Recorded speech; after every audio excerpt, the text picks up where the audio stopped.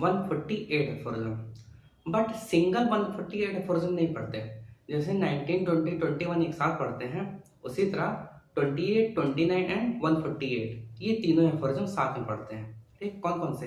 28, 29 and 148 ये तीनों aphorism साथ में पढ़ते हैं, जो कि क्या है? Modus operandi. मॉडस ऑपरेंडी क्या होता है?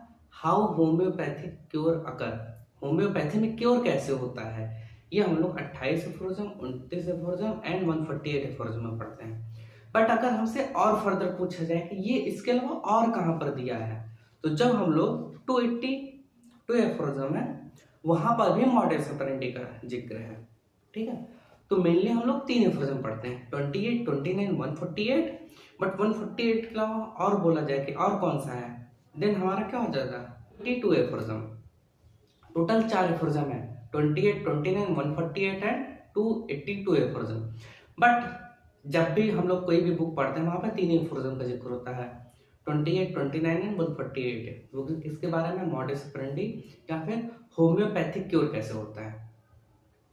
तो हम लोग 148 इस एफोरिज्म में भले ही स्पेशली पढ़ रहे हों, बट 28, 29 में हमें जानना जरूरी है कि हमने पढ़ा क्या वहां पर।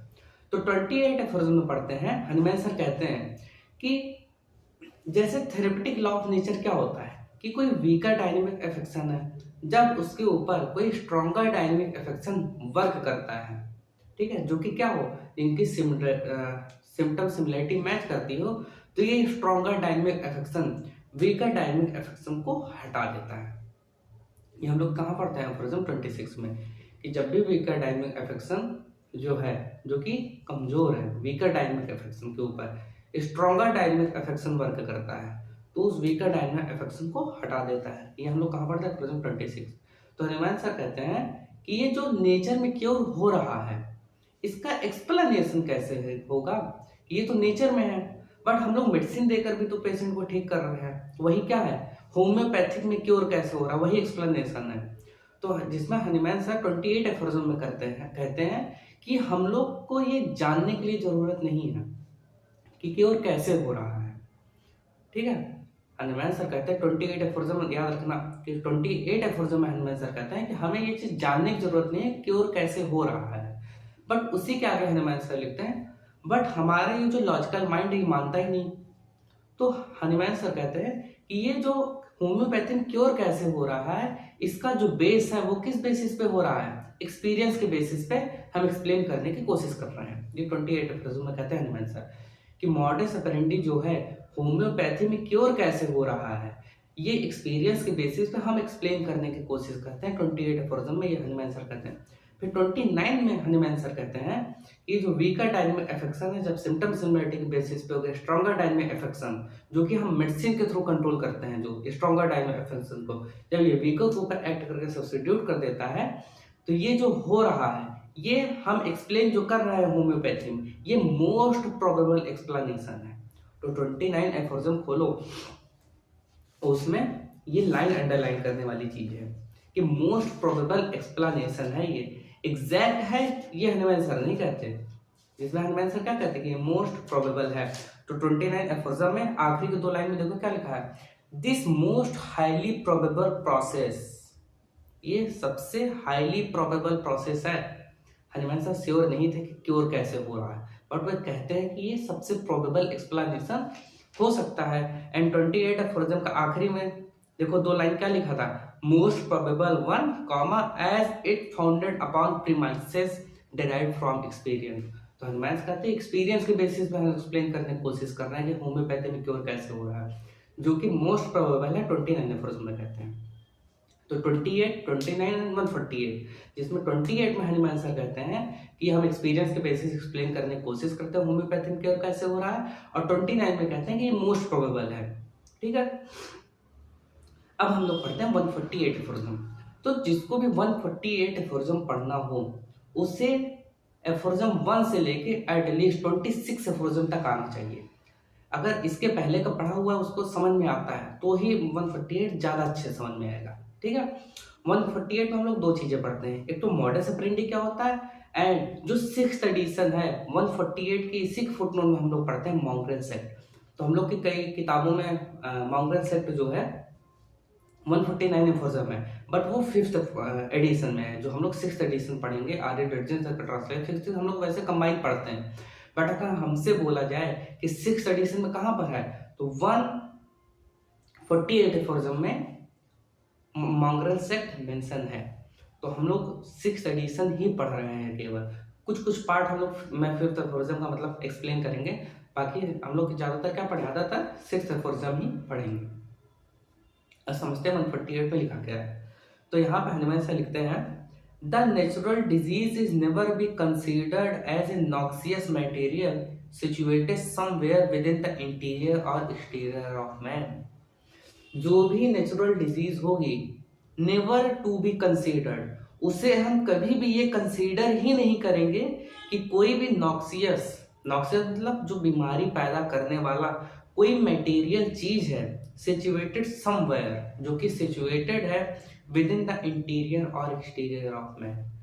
तो मतलब हनुमान सर कह रहे ये तो हमें कभी सोचना ही नहीं है कि कॉज ऑफ डिजीज मटेरियल ही होगा।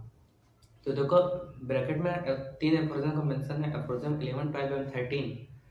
11 में हम लोग क्या पढ़ते थे, डायनेमिक कॉज ऑफ डिजीज, जो कि होम्योपैथी में एफोरिज्म 11 एंड 12 में, एंड एफोरिज्म 13 में पढ़ते थे मटेरियल कॉज ऑफ डिजीज। तो हनुमान सर देखो वही लाइन वहां से फिर उठा रहे हैं कि नेचुरल डिजीज को कभी भी कंसीडर नहीं करेंगे कि मटेरियल चीज की वजह से हुई है, कभी ये कंसीडर ही नहीं करना है। आगे समझना, इसीलिए ब्रैकेट में 11, 12 और 13 एफोरिज्म का मेंशन है। क्यों मेंशन है, क्योंकि वो चीज वहां से कनेक्टेड है। But as one produced by inimical spiritual like bracket में conceptual agency like a kind of infection, note to aphorism 11।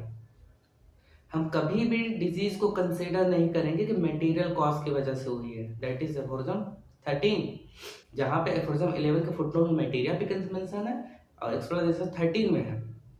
उसके बाद बट हम कंसीडर क्या करेंगे, one produced bye spirit like agency, कोई एनर्जी जैसी है जो कि क्या है, एक इन्फेक्शन के जैसा है, एक ऐसी एनर्जी की डिश है जो इन्फेक्शन हम लोग क्या पढ़ते हैं, जो एक पर्सन से दूसरे पर्सन को ट्रांसफर हो रहा हो, ठीक है, उसी के जैसा है ये कि एक एनर्जी जो है, एक एनर्जी डिस्टर्बेंस हमारे वाइटल एनर्जी को डिस्टर्ब कर रही है, उसकी वजह से डिजीज हो रही है।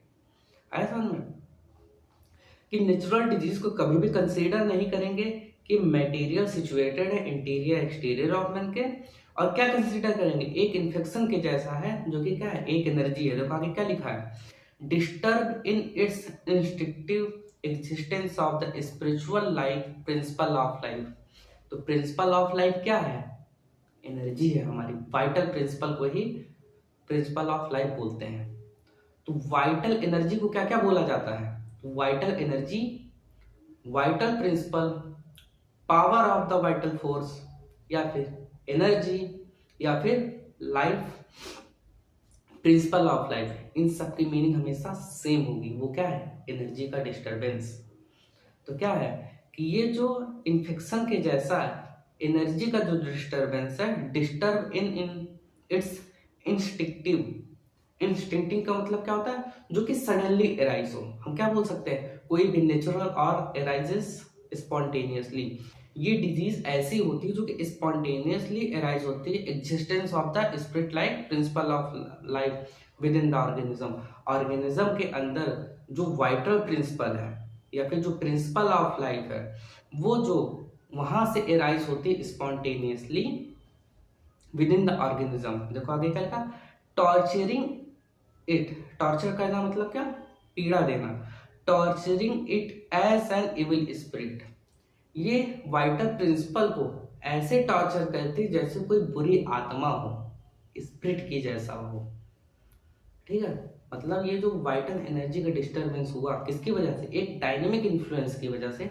ये एक ऐसा डिस्टर्बेंस है जैसे इविल स्पिरिट जैसा हो, and compelling it to produce certain element and disorder, और कंपेल करती है, कंपेल मतलब होता है मजबूर करना।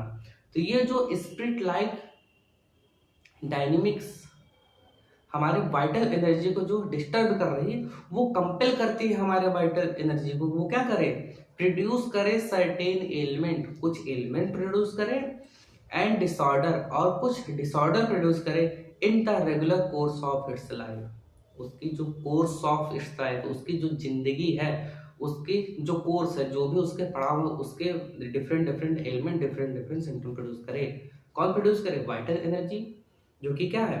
प्रिंसिपल ऑफ लाइफ है। डिस्टर्ब कौन कर रहा है उसे?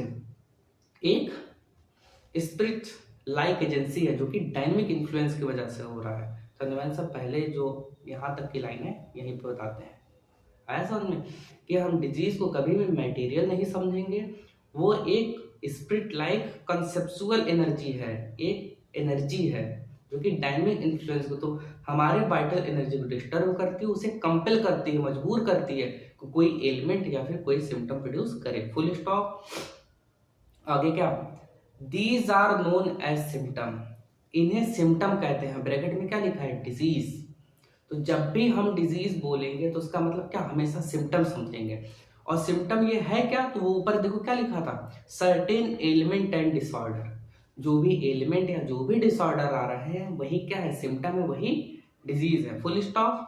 If now the influence of this inimical agency that not only caused by strive to contain or disorder be taken away as is done। मतलब अगर इफ नाउ, अगर अब, the influence of this inimical agency, जो influence है इस inimical, inimical मतलब जो नुकसान पहुंचाने वाली एजेंसी है, दैट नॉट ओनली कॉज, जिसने सिर्फ कॉज ही नहीं किया, but strive to continue, continue क्या कर रही है वो? स्ट्राइव मतलब होता है कंटिन्यू मेहनत करना, जो कंटिन्यू अभी भी मेहनत कर रही है किस चीज में? दिस डिसऑर्डर, इस डिसऑर्डर को मेंटेन करने में। मतलब ये जो डायनेमिक इन्फ्लुएंस था वो सिर्फ डिजीज ही नहीं प्रोड्यूस कर रही है, उसे मेंटेन भी कर रही है। तो क्या लिखा है कि now the influence of this inimical agency that not only cause, इसने सिर्फ कॉज ही नहीं किया बट क्या किया? But strive to continue disorder, अभी भी वो कंटिन्यू मेहनत कर रही है कि इस डिसऑर्डर को कंटिन्यू किया जा सके, बढ़ाया जा सके। Be taken away as is done, अगर इसे हटा दिया जाए, एज इज डन, जैसा कि करते हैं। कौन करता है? When the physician administer an artificial potency, जब एक फिजिशियन आर्टिफिशियल पोटेंसी को एडमिनिस्टर करता है, मतलब जब एक फिजिशियन एक मेडिसिन को देता है तब इस डायनेमिक इन्फ्लुएंस को हटाया जाता है। देखो कॉमा करके क्या लिखा है? Capable of altering the life principal, जिसके अंदर ये कैपेबिलिटी होती है कि लाइफ प्रिंसिपल को अल्टर कर सके। तो हम लोग एफरोजम 1920-21 में क्या पढ़ते थे? नॉलेज ऑफ ड्रग में। नॉलेज ऑफ ड्रग ऐसी होती है जो कि प्रिंसिपल ऑफ लाइफ के अंदर अल्टरेशन प्रोड्यूस करती है। तो वही लाइन लिखी गई है कि ये जो आर्टिफिशियल पोटेंसी है, ये इसके अंदर क्या होती है? कैपेबिलिटी होती है कि लाइफ प्रिंसिपल को ये अल्टर कर सके in the most similar manner, उसी सिमिलर मैनर में। ब्रैकेट में देखो क्या लिखा है? एक होम्योपैथिक मेडिसिन। तो हमारी होम्योपैथिक मेडिसिन क्या सिमिलर वे में एक्ट करके डिजीज को ठीक करती है। Which exceed in energy even the smallest dose similar natural disease. Aphorism देखो 33 at 279 एफरोजम फिर मेंशन किया गया, comma then the influence of original noxious morbid agent on the life principle is lost. जब which exceed in energy, जो हमारी homeopathic medicine थी उसकी energy क्या कर जाए? एक्सीड कर जाए। किससे एक्सीड कर जाए? Then the influence of original morbid agent, ये जो ओरिजिनल नॉक्सियस मॉर्बिड एजेंट था इससे एक्सीड कर जाए। मतलब हमारी जो होम्योपैथिक मेडिसिन थी इसकी एनर्जी कैसी हो? जो इनिमिकल नॉक्सियस मॉर्बिड एजेंट था उससे ज्यादा हो जाए, तब क्या होगा? तो agent on the life principal, जो लाइफ प्रिंसिपल के ऊपर ओरिजिनल नॉक्सियस मॉर्बिड एजेंट का इफेक्ट था वो क्या हो जाएगा? खत्म हो जाएगा। कब खत्म होगा? जब हमारी होम्योपैथिक मेडिसिन के अंदर एनर्जी क्या हो? ज्यादा हो, exceed in energy even in the smallest dose. भले ही हमारी दवा की मात्रा कैसी हो? कम हो, लेकिन अगर वो सिमिलर नेचुरल डोज में देंगे हम, अगर उसकी एनर्जी हाई हो गई तो वो ओरिजिनल नॉक्सियस मॉर्बिड एजेंट को हटा देगा। देखो आगे, lost during the action of this stronger similar artificial disease. तो ये जो आर्टिफिशियल डिजीज की जो एनर्जी है ये नेचुरल डिजीज को सप्रेस कर देगी। यही तो हम लोग क्या पढ़ते हैं? Aphorism 26, nature's law of cure या फिर थेरेपेटिक लॉ ऑफ क्योर, जहां पर ये पढ़ते हैं कि weaker dynamic affection is extinguished by the stronger one. आगे, thence the evil no longer exist for the life principle. ये जो इविल था, तो इविल क्या था? इविल था स्पिरिचुअल नॉक्सियस एक्सटर्नल एजेंसी, जो कि डायनेमिक इन्फ्लुएंस था। वो क्या होगा? No longer exist for life principle, तो वो हमारे वाइटल प्रिंसिपल के लिए अब एग्जिस्ट नहीं करेगा। स्लैश करके क्या लिखा है? इट इज डिस्ट्रॉयड, वो खत्म हो गया, full stop. If as has been said, जैसा कि कहा गया है, the selected homoeopathic remedy is administered properly, then the acute natural disease which is to be overviewed if recently developed। अगर होम्योपैथिक रेमेडी को एडमिनिस्टर किया जाए प्रॉपरली, तब क्या होगा? जो एक्यूट नेचुरल डिजीज है वो तुरंत ठीक हो जाएगी। Will disappear imperceptibly in few hour. अगर रिसेंट बहुत एक्यूट डिजीज हुई है कि सडन किसी को 1 घंटे पहले फीवर आया है, 2 घंटे पहले कोई डिजीज कंडीशन पैदा हुई है, तो वो तो तुरंत ही ठीक हो जाएगी अगर हमारी मेडिसिन कैसी हो? सेलेक्ट किया जाए प्रॉपरली। एंड ओल्डर, बट अगर यही हमारी डिजीज कैसी हो? ओल्डर हो, मतलब क्रॉनिक डिजीज हो। तो एक्यूट डिजीज में अगर होम्योपैथिक मेडिसिन तुरंत एडमिनिस्टर की जाए तो वो तुरंत रिलीव करती है। बट अगर एक ऐसा केस हो हमारा ओल्डर हो, तो क्या होगा? More chronic disease will yield somewhat later together with all trance of discomfort। तो chronic disease में हमें क्या मिलेगा? थोड़ा सा trace of discomfort। पेशेंट को डिस्कम्फर्ट होगा, हमें इसके ट्रेस मिलेंगे, इसके लक्षण मिलेंगे। By the use of several dose of same more highly potentized remedy। जब हम several dose, बहुत सारी डोज देंगे एक ही दवा की, more highly potentized, जिसकी पोटेंसी क्या होगी? बढ़ी हुई होगी। और after careful selection of one or another more similar homeopathic medicine, या फिर हम जब सिलेक्शन करेंगे एक का या अनदर, एक से ज्यादा, मतलब दूसरी medicine but more similar homeopathic medicine. लेकिन इसका यह मतलब नहीं 2 मेडिसिन साथ में दे देंगे। हनुमान सर ये कहना चाह रहे हैं कि क्रॉनिक डिजीज की ट्रीटमेंट जब हम लोग कर रहे होते हैं, या तो हमें जो हमारी मेडिसिन है उसको सेवरल डोज में हम बढ़ा बढ़ा कर देंगे, या फिर एक से ज्यादा हमें मेडिसिन यूज करनी पड़ सकती है। तो वही चीज क्या लिखा है? केयरफुल सिलेक्शन ऑफ वन, या तो किसी एक मेडिसिन का सिलेक्शन हो और अनदर मोर सिमिलर, या फिर और भी ज्यादा मेडिसिन, लेकिन वो किस फॉर्म में हो? सिमिलर मैनर में हो। इसीलिए आगे जब हम लोग पढ़ेंगे तो हम लोग वहां पर जैसे 171 एफोरिज्म पढ़ते हैं वहां पर, या फिर मेंटल डिजीज पढ़ते हैं वहां पर हनुमान से लिखते हैं मेनी एंटीसोरिक मेडिसिन हमें चाहिए होती है ट्रीटमेंट करने में। तो अगर एक्यूट डिजीज हुई तो हमने तुरंत सिलेक्शन करके मेडिसिन दी, पेशेंट को within few hour relief मिल जाएगा। लेकिन क्रॉनिक डिजीज हुई तो पेशेंट को रिलीफ तो होगा बट कुछ ना कुछ उसे डिस्कम्फर्ट होगा। ठीक है, तो डिस्कम्फर्ट जब होगा तो हम मेडिसिन जो दे रहे होंगे पेशेंट को, या तो हमें सेम मेडिसिन की पोटेंसी बढ़ा के देनी पड़ेगी, या फिर उसके जैसी और मेडिसिन देनी पड़ेंगी, मेनी सेवरल एंटीसोरिक मेडिसिन देनी पड़ेगी। वही क्या लिखा? Careful selection of one or another more similar homeopathic medicine, full stop. Health recovery follow in imperceptible. जो हेल्थ है, जो रिकवरी है, वो होगी ही होगी, कॉमा ऑफन रैपिड ट्रांजिशन, और अक्सर हमें देखने क्या मिलेगा? बहुत तेजी से चेंज हुआ है, ट्रांजिशन हुआ है। The life principle is freed again and capable of resuming the life of a organism in health as before and strength return. और इस तरीके से ये जो लाइफ प्रिंसिपल है, ये जो हमारी वाइटल एनर्जी है, ये दोबारा से फ्री अगेन हो जाएगी, दोबारा से फ्री हो जाएगी। तो पहले फ्री नहीं थी क्या? नहीं थी। क्यों? क्योंकि उसके ऊपर डायनेमिक इन्फ्लुएंस ने एक्ट किया था। And capable of resuming the life of the organism, और लाइफ ऑफ द ऑर्गेनिज्म को क्या दोबारा से रिज्यूम करेगी और भी स्ट्रॉन्गर फॉर्म में। तो 148 एफोरिज्म जो है, जहां पे देखो क्या लिखा है? पोटेंटाइज रेमेडी सेम मोर हाईली पोटेंटाइज रेमेडी, या तो वही दवा होगी जिसकी पोटेंसी बढ़ा कर देंगे, और after careful selection of one, या फिर कोई मेडिसिन को केयरफुल सेलेक्ट करके देंगे, और अनदर मोर सिमिलर, या उसके अलावा एक और 2 सिमिलर दवा देंगे। बट इसी का जो फुटनोट है वो किसके बारे में? मॉकरल सेक्ट के बारे में है, जहां पे हनुमान सर कहते हैं कि क्रॉस ब्रीड के बारे में बात करते हैं, जो कि हम लोग का अगला लेक्चर होगा, क्योंकि बहुत सारी चीज़ें एक साथ मिक्स हो जाएंगी तो समझने में दिक्कत होती है। तो 148 है क्या?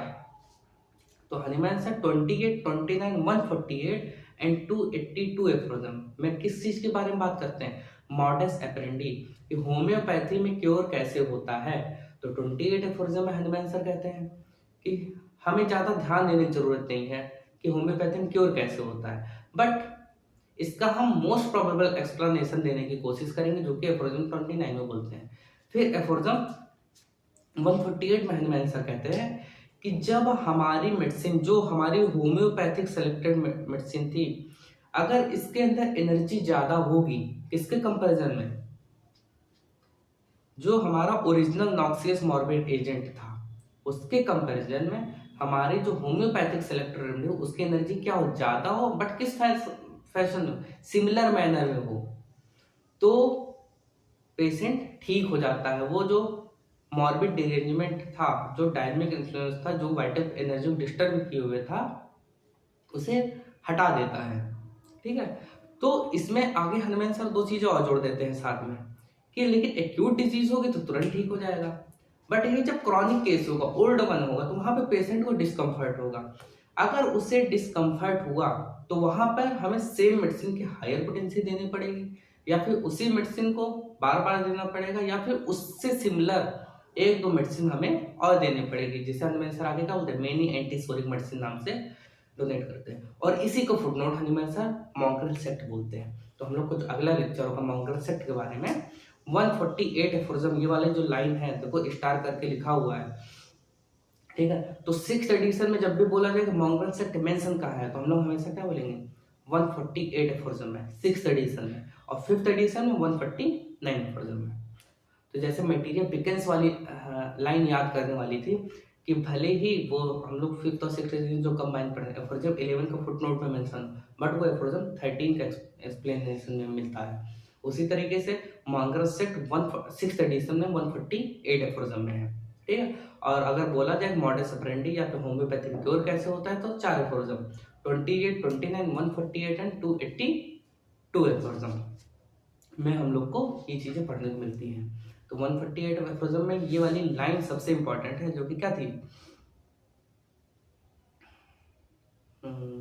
ये life principle is the most similar man, bracket जहां पे होम्योपैथिक मेडिसिन लिखी तो उसके आगे क्या लिखा, विच एक्सीड इन एनर्जी। कौन एक्सीड करता है? Homeopathic medicine exceed in energy even the smallest dose of similar natural disease.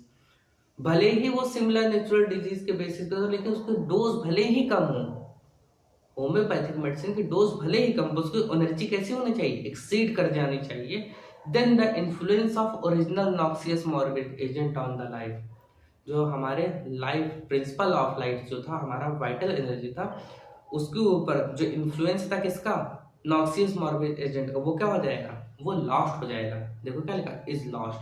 तो ये वाली लाइन इंपॉर्टेंट है, जो कि क्या मॉडस ऑपरेंडी क्या है, होम्योपैथी में क्योर कैसे होता है। तो एफोरिज्म 148 इतना किया, ठीक है।